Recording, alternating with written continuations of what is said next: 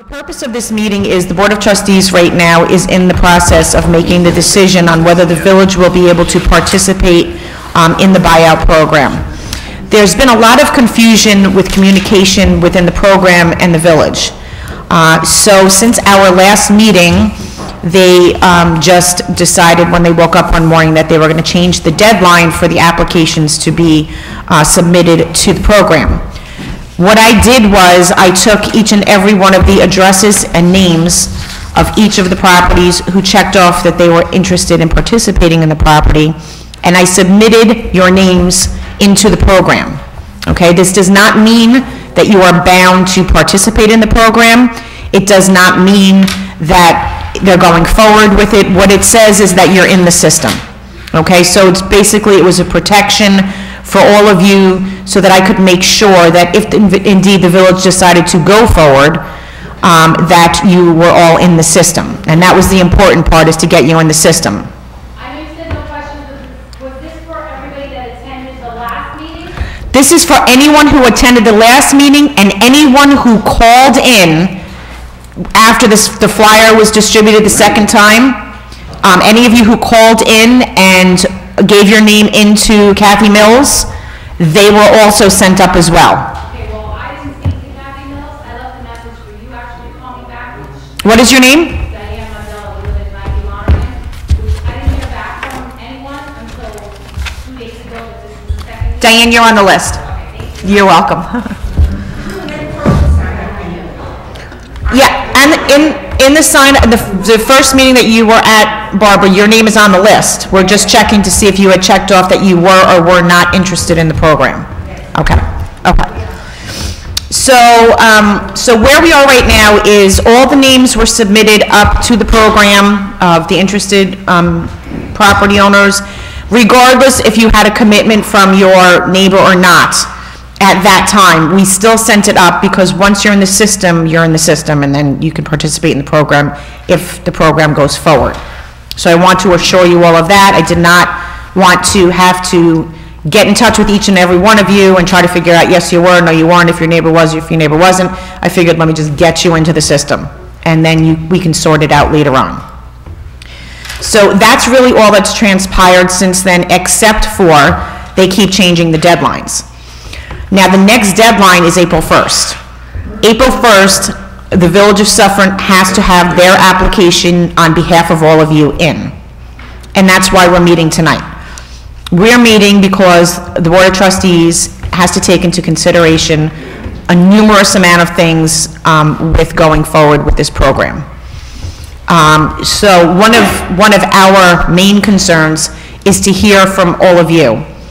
To hear from you how you feel about this program, why you're interested, to try to get an idea of how many houses that we have both sides agreed upon already that they would both participate in the program, because as we've talked about before, unless both sides agree to the program, since it's a voluntary program, you could not participate if both sides were not in agreement that they were both willing to participate.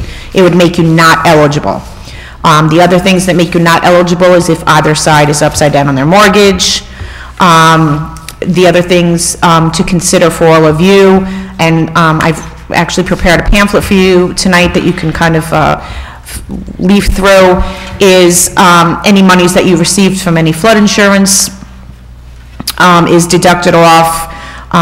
There's a lot of different things that FEMA has with regards to fees that, reimbursements that were made to the homeowner that may be taken off the purchase price of your home. I should tell you that it is actually the Village of Suffern that will be purchasing the home. The agreement will be between the Village of Suffern and the homeowner. The Village of Suffern will be responsible for any and all fees associated with the purchase, all of the demolition. The program does reimburse the village, but the village will have to put out the money first for any homes that are taken down. Again, it is a voluntary participation. No one can be forced to participate in this program. So if your neighbor is adamantly telling you that they are not interested, there is no way that we can make them participate in this program. It is completely voluntary. Yes? Do you have any idea how much money is allocated to the village of Suffern for the buyout? Will it be 10 houses, 2 houses? Okay, so they're telling us they'll take down as many houses as we, as a village, decide is feasible for the village. Okay, but as you know, taking down a home also impacts the village financially, not just in the monies put out by the village, but also after the house is taken down, it comes off the tax rolls. The property has to be maintained. So all of those expenses now become the burden of the rest of the taxpayers of the village. So that's one of the things that we as a board have to take into consideration when we look at the program. One of the biggest things that we need to know is how many participants we actually have who are seriously eligible and willing to participate in the program. That will give us a number of what we're dealing with as far as what the burden will be on to the rest of the village. So that's what we're hoping for tonight, is to get a firm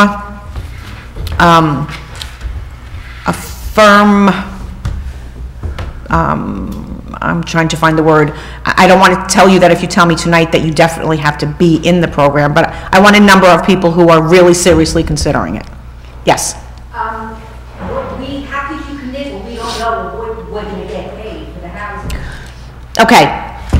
What will happen is we will need that just for a number, okay? But let me just tell you that, in fact, if you have time to back out until papers are signed at closing.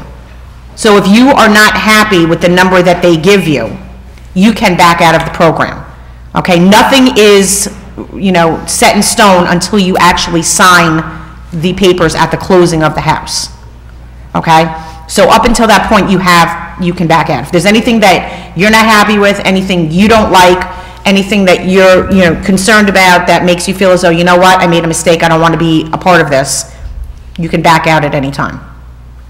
Okay? Mayor, that's determined by an appraisal. That's correct. Not which you would be privy to before you made a decision. That's correct. So. Okay? Yes? You said it's determined by an appraisal. In here it says it's being appraised pre-flood. So how are you going to appraise it now of what it was before? They'll use a real estate from the neighborhood. Yeah, I mean, they'll look at I'm not an appraiser, so don't get me wrong, but appraisers can look at blocks of time to determine what comparable sales took place at or before the flood, and that's what they would use as their basis to determine the value of your home. So they have formulas that they use. They pretty much do this now, because it's not going to change. The appraisal is going to be before the flood. Right. Right, but the appraisals are not going to be done until the program is accepted by the village. Right. Yes? Does the board have an idea of how many homes or combinations of homes they're willing to accept? Because with some of these programs, especially with the last one, you want to follow all this paperwork over the So the board, my question basically is, if the board's not going to say we're going to buy out or allow 10, 20 homes to be bought out, then what's the sense of any of this? If the board is ultimately going to decide the village can't afford to buy any out, then let's just make that determination now, save us all a bunch of time and effort. Well, that's, I think, why we're here tonight, because that's, As you can see, there's 100 and some odd homes, there's probably not even half that many people here. Correct. And of the people here, who knows how many combinations will actually be Eligible. submitted. My question is the board prepared to say now that we'll buy out as many as 20 homes, 30 homes, if there are 30 homes submitted, qualified, and approved? Or is the board going to say, guys, go through all this paperwork, go through all this, and then at some point we may come back and decide, no, we can't afford any of this, have a nice day? no. We have to, before we can send our application on April 1st, which is before you have to do any of your paperwork, we have to decide as a board how many homes, if in fact we are going to take down any, how many homes we are able to take down, and identify what homes they would be. So let's just, for instance, say, tonight we walk out of here and we say, we have 20 confirmed duplexes that want to take part in this program. Okay, now we have to decide, okay, can we afford to take down 20? And if we can't afford 20, is there another number that we would be able to consider? And when would that number, if it's above 0, be made public? We would like to make it by early next week. Before the deadline. Before the April 1st. deadline, yeah. Okay, I just didn't Yeah. want Yeah. No, that's why we're doing this tonight, is because we want to see, to get a sense of that number, because we've had people say, well, I'm not really sure, maybe, I don't know if I could get my attached, partner involved, if they want to be involved, and so on and so forth. So now we're at the point where we're ready to hear, the absolute, really serious interested homeowners that want to participate. Tonight, how do I let you know that myself and my neighbor are both qualified and interested? Okay, we have a sign-up sheet here up in the front, I think, unless it's circulating There's a around. clipboard going around. Okay, That is the list of everybody that's correct. That's correct. So before you leave here tonight, if in fact you decide that you have your neighbor. I got the attendance sheet, there's something else. Okay, no. If in fact at the end of the evening, you and your attached neighbor are both committed and are sure that, you don't have any other bumps in the road for the criteria that has been set out by the program, you're going to need to come up, and we're going to indicate that on the sheet that we have, the attendance sheet that we have. Sure. Anne Marie? I know we're repeating my question, but hasn't the village had enough time to figure out how many houses? They can't be known about this before the holiday. Well, we could have said, 5, but there were 7 people, so if we committed to 5 and we really could do 2 more, then wouldn't that have been, unfair to the village? Right, well, we want to look at the whole number, Anne Marie, so, right. We want to look at the whole number, and we want to see exactly how many, you have to understand, this is a very difficult position this board is being put in. I don't think it's fair that FEMA doesn't have their own standards to be able to choose which, I'm no building expert, I'm no, water expert, you know what I'm saying? I don't know who or why or when any one of you will, God forbid, get, affected by flooding again. So this board is taking this decision very seriously. And it's very difficult to say, yes, Anne Marie, we're going to take your house down, but I'm so sorry, Roy, we're not going to take your house down. It's a very difficult decision. So once we have identified the homes that, if it's 20 people and the village decides we can only do 10, well, then we need to look at the locations of those homes, and we have to start in our own mind being able to substantiate why we chose those homes. So it would be very difficult just to blindly say 5, that's it, and then, you know what I'm saying? So I think that we just feel, speaking for myself, and I don't think anyone up here disagrees with it, we wanted to start with you first to find out really how much solid interest there is with adjoining properties, to really start with that number, and then look at the feasibility of the financials on our end to make that determination. So that's I think the approach that we decided to take, and finding out from you before you leave tonight, coming up and indicating on the sign-in sheet whether you and your neighbor at least preliminarily meet the criteria and are willing to go forward will give us, it's a substantial step for us then to take a look at the rest of the picture. We do have all the information. All the other information we've worked on, been gathering, been putting together, since we've met last. So we're done with all of our numbers, financials, and so on and so forth. We have that picture clear. Now we just have to look at the homes, their locations, and yes? How many people do you have on the list that you submitted? 44 homes. So you're looking to get more tonight then? No, we're looking, those are the people who said they had interest in the program. So those are the people that were invited back here tonight to please come and speak with us. And then based on the cost that you've already estimated, what percentage of those do you feel the village could afford to take down? That's what we're going to decide based upon what we hear tonight. So how does that number affect your financials? the same? No. X number of dollars in tax roll per home. Correct, That's going to cost you X number of dollars per home to take down. correct. So it shouldn't matter how many people buy into the program, you should know what that's going to cost the village. We do- How much the village can afford. We do know, but we are basing that upon, we're trying to be open-minded. Just, let's say we said 10 and there's 11 people here, then why should that one person lose out if we can relook at it and say, well, for one more home, it's only X amount of dollars? You know what I'm saying? So you really want a clear picture of what you're dealing with before. And like I said, this board, if it's 20 people and we can only do 10, this board is going to have the horrible task of having to choose those 10. FEMA does not get involved in that at all. Yes, Roy? I do believe FEMA has placed the village, the mayor, the board in a very unenviable position right now. I don't see any benefit that comes to the village on this, because the houses that are behind the taxes would have to be redistributed to other homeowners to make up the difference. So they're going to have to bear the burden of that. Second, I think that the village has a hard enough time right now meeting its obligations, so that's going to make it even more cumbersome for them to have to lay out the money.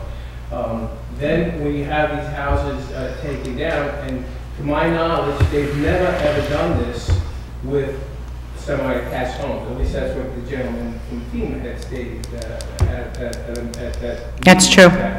So one hat doesn't fit all, whereas you might be able to do it in some areas. We're unique in this situation. FEMA for all its work, they may do some things well, but I don't particularly see this in my own personal opinion.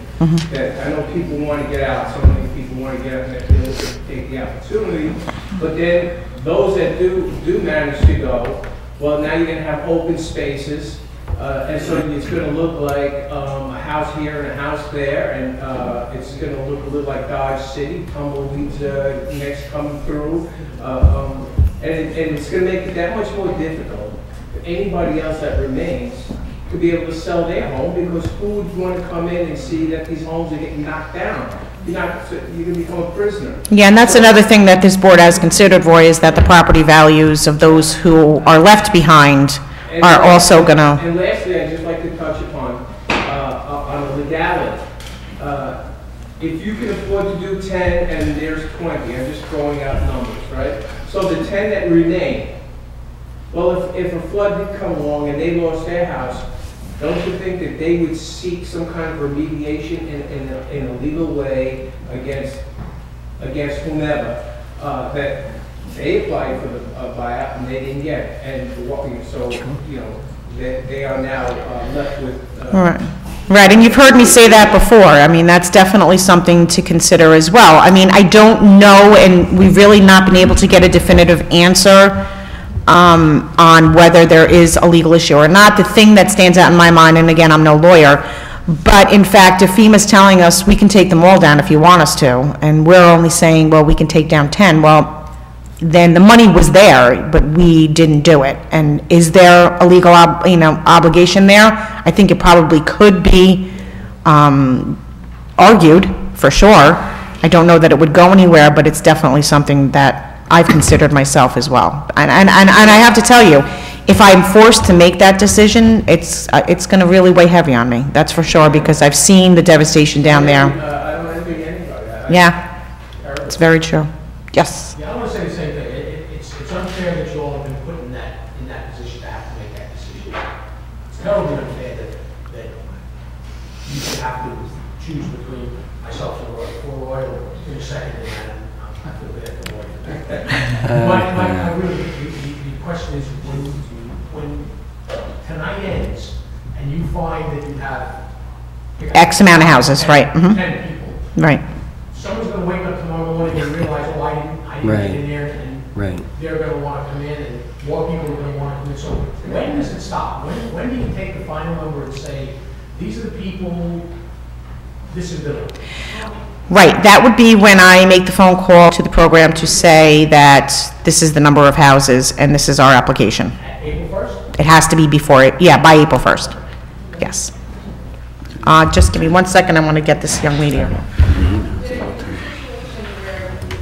Your tax neighbor is just moving, and you can't say, welcome to the neighborhood, you realize that we're going to deal with this. We really haven't done that. So we're not sure where that family stands in terms of all of this information. They might not know any of this. Well, everybody was notified in the area, and when? For this one, Barbara, or the last one? Did you indicate on the sign-in sheet that you were interested in the program? The only way I knew about tonight's meeting was because Roy sent me an email, and I had no idea. Yeah, because what we did was when we had everyone indicate on their sign-in sheet, if, okay, I have the sign-in sheet, so, and we're gonna be taking a look at them in the morning. And I've been at every meeting. Right. So, to me, Right. it could be quite a number of people that are not here, that are interested, that were not notified by whatever means the village. Well, every door, I can tell you, and Mr. Hagen will attest to this, every door got a flyer. I did not. I didn't know. I was 68. No, not for this one. Not for, no, we're talking about, yes. Yeah, but that flyer was within the last month and a half, not even. Yeah. I don't know, Mr. Hagen, we can't put them in mailboxes, it's against the law, but, Mr. Hagen, where were they put? In the door, inside, you know, the screen on your door or that glass, so it wouldn't, sort of like political stuff, so it doesn't disappear. It was put in a place you'd see it. But I didn't do it this time. No, this time we did it we used the list, the sign-in sheet list from the last meeting, and if you had indicated that you were interested in the program, then you were notified. I think we went out the next day. Right. Okay, I have the sign-in sheet, let me just see, Barbara, because I really believe that you're on this list, let me just see. Mayor. Yes, yeah, you guys are on the list. You guys are on the list. It went out, the mail, I mean, this is the, yeah, this is the mailing list. It's not a, let's move on. Yeah. Okay, yeah, I mean, we did mail them, so, and here's the list, the mailing list. Okay, okay. Any other questions? Yes. Your email said April 10th is the deadline. Is it the 10th or the 1st? I feel like it's the 1st. Okay. I might put a 0. Sorry. Yes, gentleman in the back. Just one question. You guys said you have the, obviously, the task after this to leave and determine how many houses you can afford. Earlier, we were talking about how the houses would be assessed. Do you have a number, and I know we said, well, it'll be pre-storm assessment, blah, blah, blah, blah, but doesn't the assessed value have to be part of the conversation to see how many houses you can afford? So wouldn't you, at present, this the next step for you guys, have a rough idea of what that value would be? Right. Well, what we did is I actually got the assessed values of each one of the properties, and we have that, There are two different things here. Right. Assessed value is for tax purposes. Right. It's not your appraised value. The appraised value is a different number, and the appraised value is much higher. The assessed value is your assessment with the town of Ramapo, you know, for tax purposes. and that stays the same. So that number, I'm sorry, the appraised value is what you're For the, going to utilize. right, so for this, what I was gonna say is for this is your appraisal with the town of Ramapo, which the taxes are based upon. So that's the number that we would need to know, and we do know that. But when it comes time for the buyout, whatever the assessed value is pre-storm, that would be what they would base their offer to you on. Couldn't that be wildly different? depending on Can what I- map this is from? maybe just try to clarify. I think there's two issues here. One is the amount you get for your home, which is going to be determined by an appraisal of the home. The other is the financial impact on the village in terms of its tax base and what we can afford to essentially maybe absorb or be spread around to other homeowners, all that we've talked about. That's related to the assessment. So there are two different questions. One is the program that's going to pay you for your home, which is a reimbursement program through this grant, through New York State. The other is a separate question, which is what can the village afford to do at the end of the day in terms of its expenses after you're paid for the home?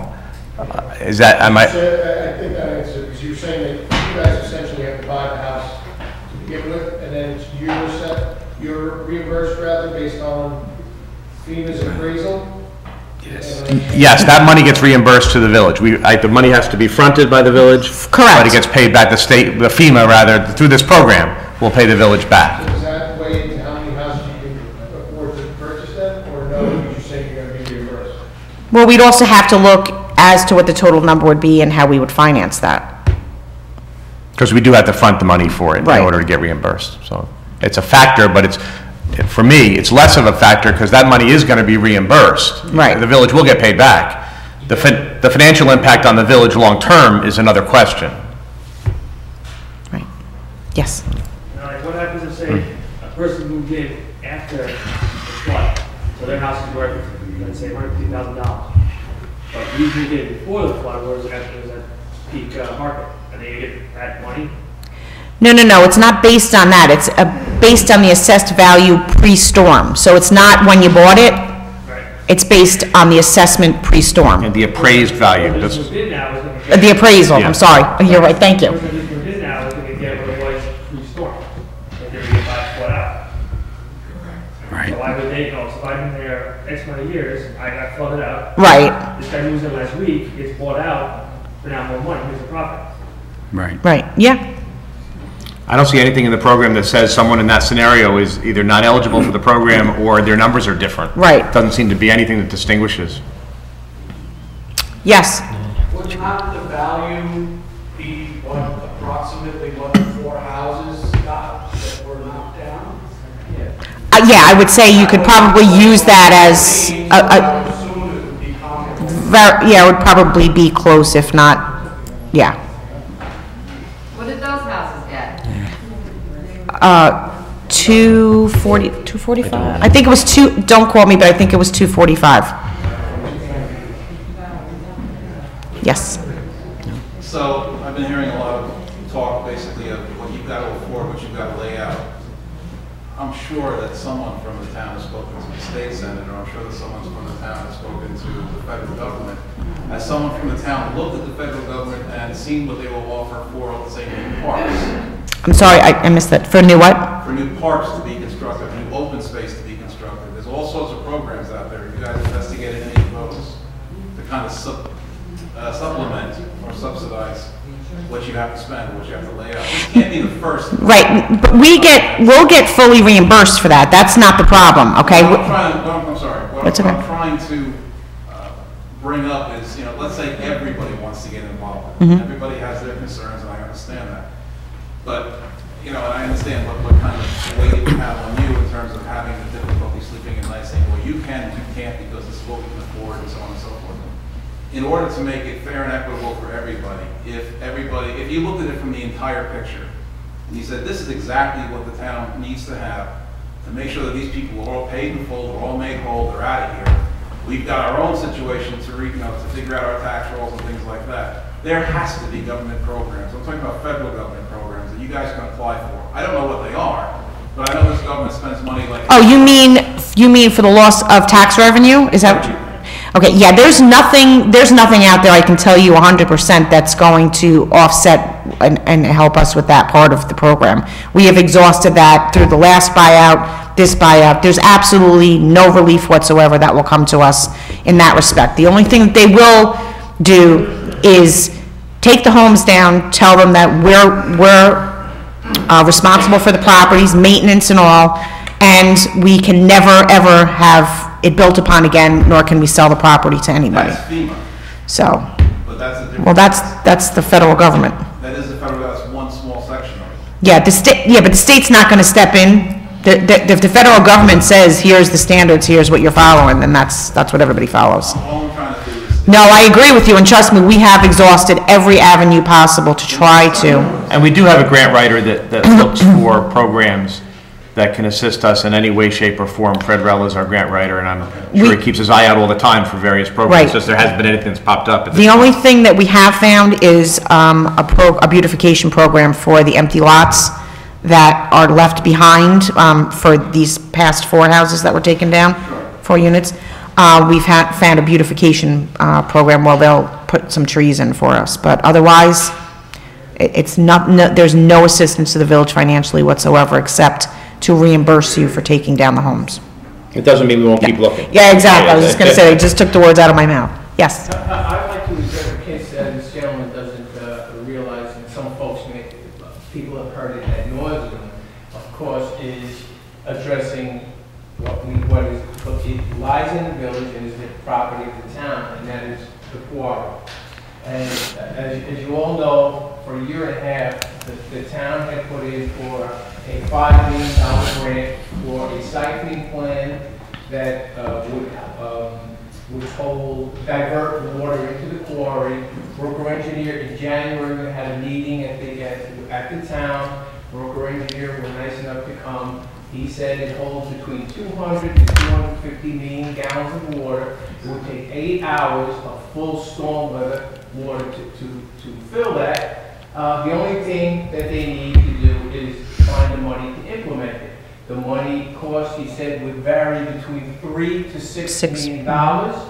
And so I said to the town, I addressed the supervisor and the board, and I said, grants are great, but it's very much like going to church or synagogue. You're praying that you get. So I said, can we think out of the box? Can we be a little bit more forceful? And they agreed, correct me if I'm wrong, any that were there, that within a few short months, which was just about over now, because this was in late January, if that money does not come through via this grant, that the town would float a bond for that amount to implement it. And we addressed it again last week at the town. So hopefully within a very short time, because I don't think that grant's going to come through. And they won't give you the state will not give a criteria. They won't give a time frame of when the money is going to be distributed or how it's going to be distributed. So as far as I'm concerned, it's pie in the sky we weren't going to get. So other than that, it's not like we talk about building a ballpark or building something else with a bond issue that's a great amount of money.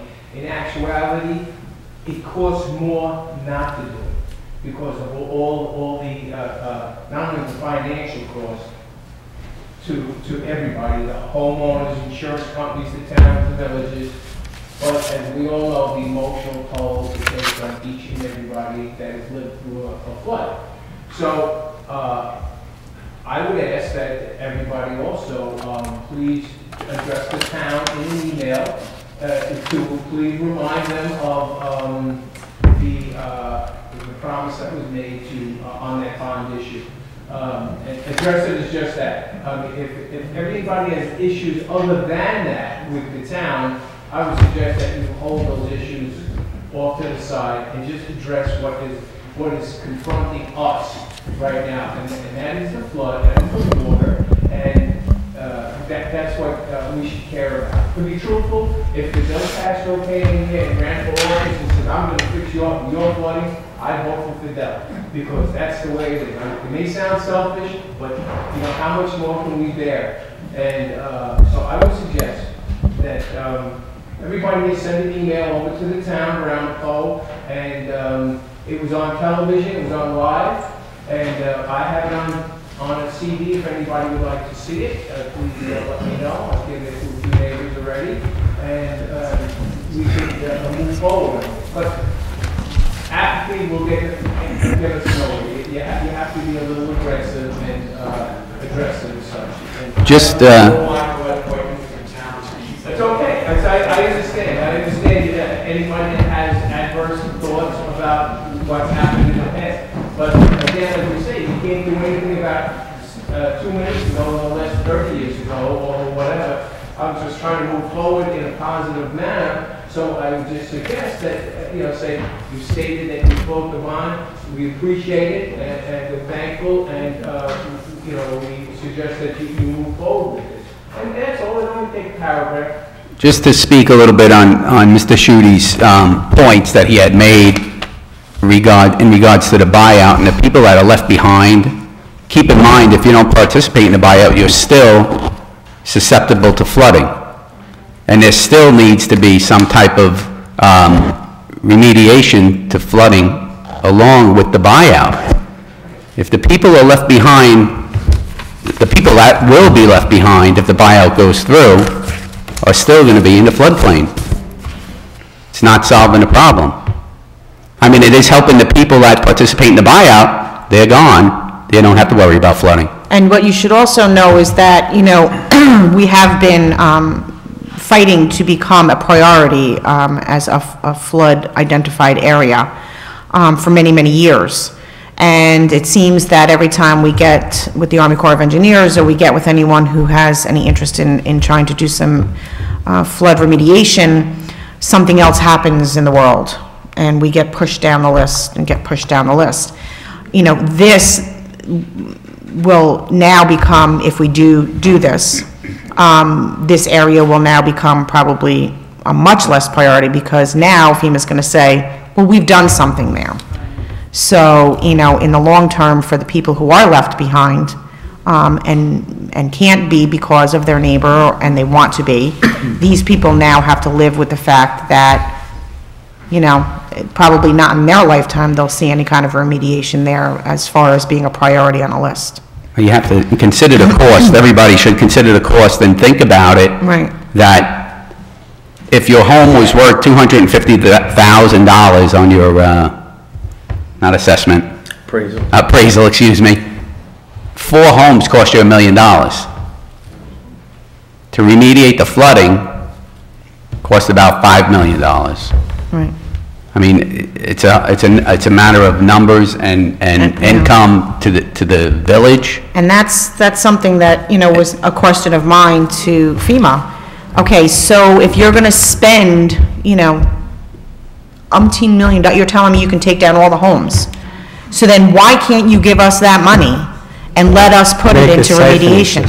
Why are you making us wait for a $5 million grant from the town of Ramapo for how long now? Why are you making us wait and let these people that every time the rain falls from the sky, they don't sleep at night? Why can't you give us that money and let us put it into remediation to get something done here? And their answer to me was, oh, we can't do that. Well, what are you going to do with this money? You're telling me you have so much money that you can't spend it, yet you can't start putting some of that money into remediation? No. FEMA was going broke. I'm sorry? I thought FEMA was going broke. Not in this program. This program, they tell me, has got lots of money they don't know what to do with. Yeah. So the bottom line and is, I was like, oh, well, I have something. Trust me, I'll do something with it. But they will not budge on that. the bottom line is, this is the only program we have in our sights right now. Yeah. So you all just have to let us know whether you and your neighbor can agree that you both want to go forward, so that we can narrow down the pool of those that are eligible for the program, so we can then go from there and make a determination on how to apply, And that's- whether to apply. Right, and that's just a very unfair, I think, criteria of this program as well, is to, it's like they're waving the lollipop in front of you, but if your mother says you can't have it, then they're taking it away.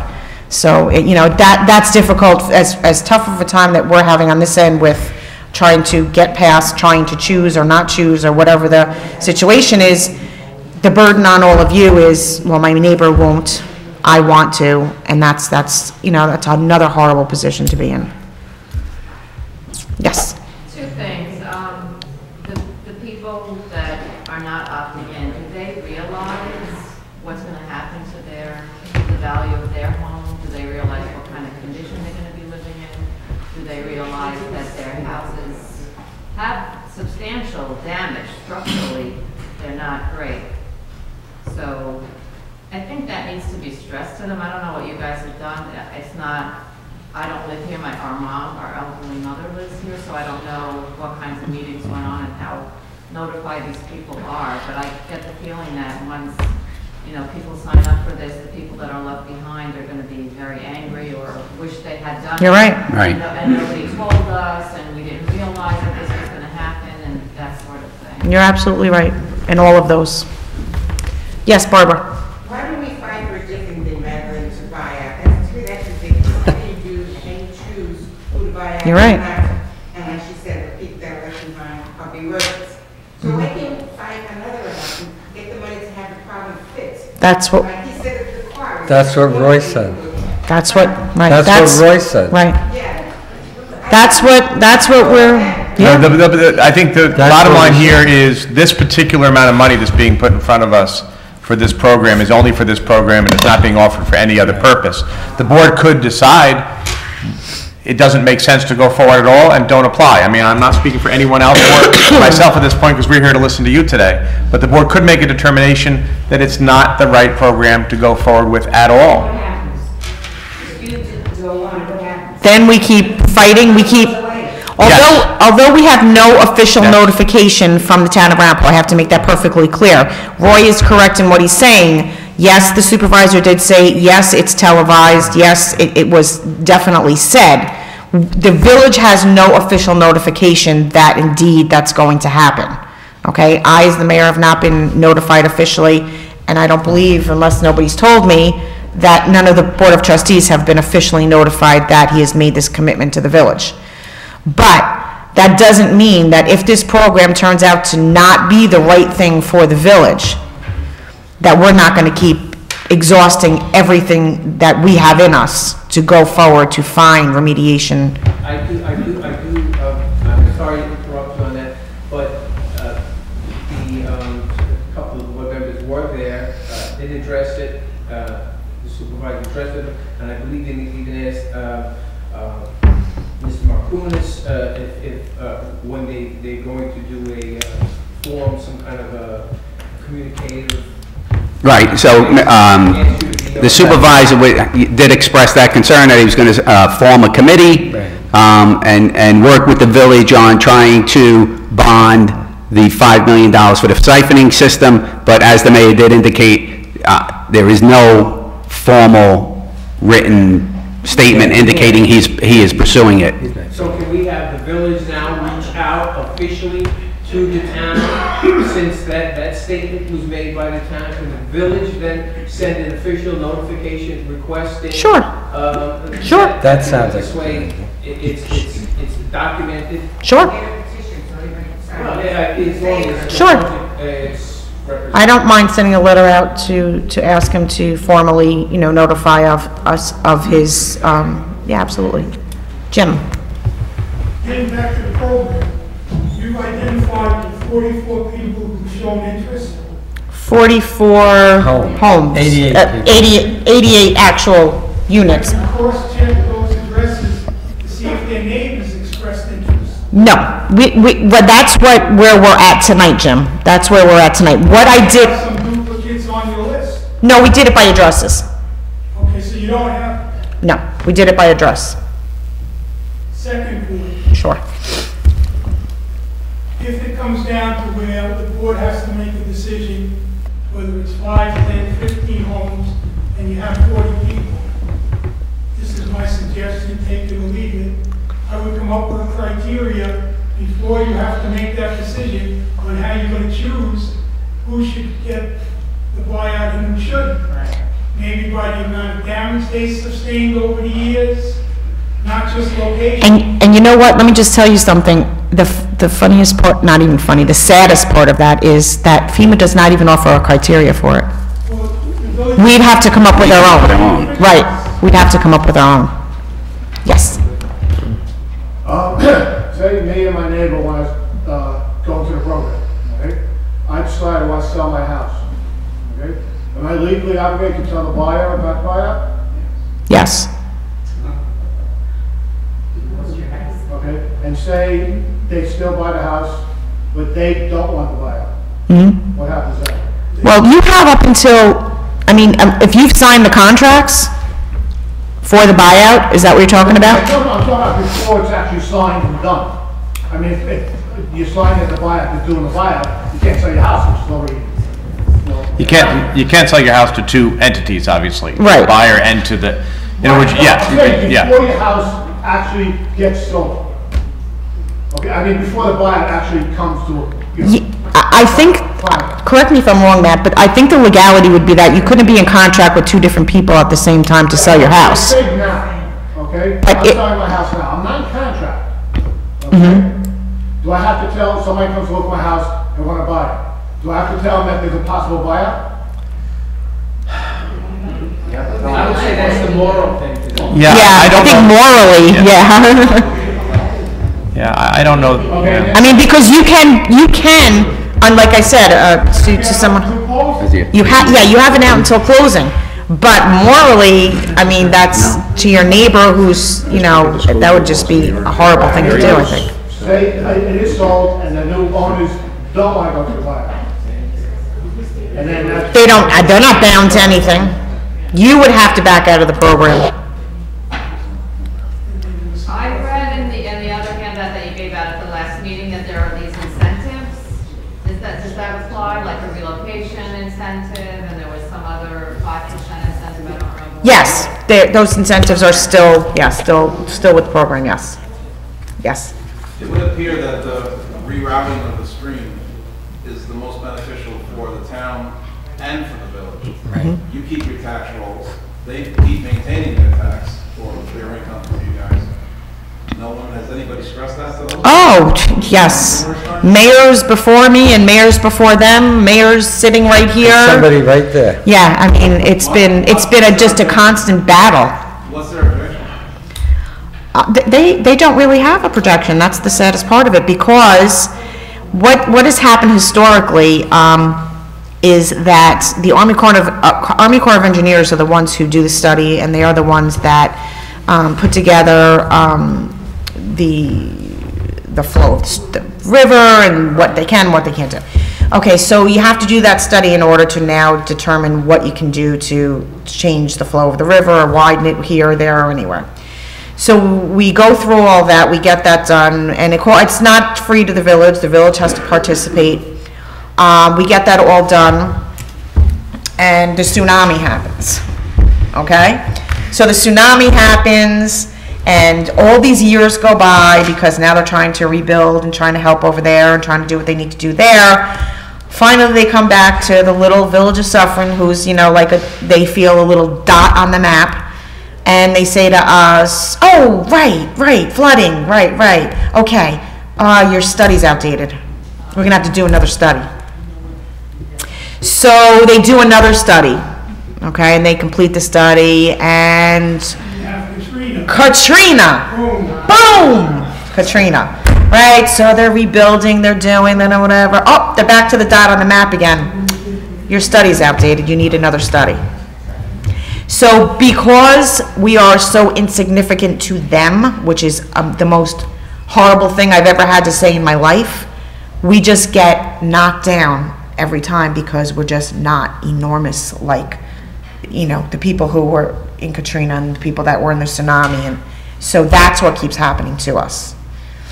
And that's the reality of it. So do we keep fighting? Yeah, we keep fighting. We keep making the calls. We keep sending the letters. We keep exhausting every avenue possible. The quarry, although it's not a big, huge permanent fix, it's a help. We'll take it. We'll take anything we can get. I'm sorry? How big is the quarry in terms of space? The entire property itself? Well, just the holding, the hole itself in diameter. No, the whole thing. Not the whole property? I have no idea what the property size is on that. What's going through my mind is the petition to become a state park with a nice little pond. With a nice pond, yeah. We even actually, I had talked about the possibility of relocation. We had talked about it possibly, I had asked about Novartis as maybe being a possibility to relocate the houses, because that was done upstate in a very small town. They actually took a whole entire community and they picked it up and they moved it, which I thought was, wow, that would be great, everybody would still be in their homes, we'll move the homes, right, this is great. Well, when we looked at the Novartis property, unfortunately, there's too many wetlands there and we're not going there again. And the quarry, just logistically wouldn't work. What they could do is build new units and offer them, you know, but the numbers don't work for them, and so it's nothing that they would consider. Yes? Now, this decision you have to make, does the town around Powell, the school districts have to be involved? They're going to be losing a lot of taxes? No. They're not losing anything. It's just going to get redistributed. They'll spread them out to whoever's Right, still whoever's around. still here, the rest of the village, they'll just redistribute the taxes. I'm sorry, this, If somebody just bought their home and say paid $190,000, will they be able to get the $250 pre-flood? appraisal? it's on the appraisal of the house pre-storm, so, Somebody just bought a house, because they're going cheap here. right, And they just paid $190, they could possibly get $250? whatever the appraisal is. Yeah. And if I pay $240? It's based on the appraisal. Yes, Mike? Would something like that be a criteria to those people to lock the line? If they just bought? There's no reason anybody gains a financial windfall. Okay, we don't have a criteria, it's set in stone right now, but it's something that I could, I mean, I'm not saying I agree or disagree with it, but it's something we certainly could put down as someone's suggestion. Well, it's like somebody who bought, 40 years ago. Yes, Anne Marie?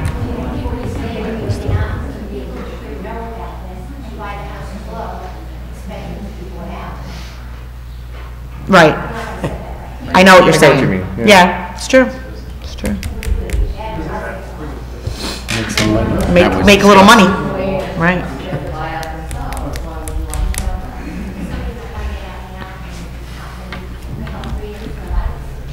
Right. Yes. Did you have a question, ma'am? Yeah. Can we see at the end of the meeting whether we have our names on the... Yes. Oh, sure. We definitely will. Because I was here last time. Yeah, I have the lists right here. Yep, I have them. Okay, I have them also. We'll check in with you for sure. We'll give them the next step and then we'll... Yes. If this does come to pass, what time frame are we looking at? We haven't even gotten to that point yet. Don't know. Yeah, I don't know. Yes. Can the village enforce eminent domain and force some people to sell their house? No, completely voluntary program. Not to fall under this program, no. Yeah. Is that possible? Could that ever happen? For the village to take the entire area over on eminent domain? Or some units in the area, right? I don't think so. I don't think so. It's legally possible though, right? I wouldn't want to answer that because I don't know what the, you know. Well, the explanation would be that they're flooding constantly. Yeah, but you can't, it's all flooded.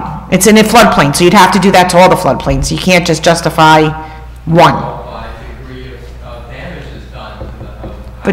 But the next storm, it could be completely different. There's two questions. One is the legality of eminent domain, and certainly municipalities have, under the law, the power of eminent domain, and that's been expanded in terms of its definition over the last probably 10 years by Supreme Court decision that's expanded you may or may not be familiar with. The other is a policy decision, whether the board is interested in exercising any eminent domain, and that's a question for another time, obviously, but you know, I'm not the village attorney, I just play an attorney during the day, but the power is there statutorily for eminent domain. I mean, there's criteria that has to be met, but certainly whether the board is ever willing to do something like that is a whole different question, obviously. Can private citizens request eminent domain be exercised? I don't think you can prevent anyone from coming to a board meeting and getting up and saying, we think the village should do this, that, or the other thing. It's not a legally mandated. In other words, just because you ask for it doesn't mean we do it, but certainly if people can come to the board and ask for anything, certainly including that. The best avenue to go is, let's fix the river. There's nothing wrong with the houses are free. Let's fix the river. Let's put a thought process into having the cycling plan implemented for the price. That is the most functional and reasonable way to go. And I think that I know it's been tabled and tabled and tabled, but I think it has to be a comprehensive plan between the town and the village to finally say, let's get going on this, let's look at some ideas. And as far as building up on the quarry site for, that was tabled because of the Goldsteins couldn't come up with the right number, there are other ways to go. Since housing is such an arguable item between everybody, you know, there's other things that maybe could be built that would be rateable to the village, that could, a business could go up there that could bring in jobs, help revitalization. In fact, I found some information about that. I did present it to the town. I think I gave Mr. Markunas a copy of that, where they have been developed and they've been successful in doing so, and it brought good revenue into municipalities.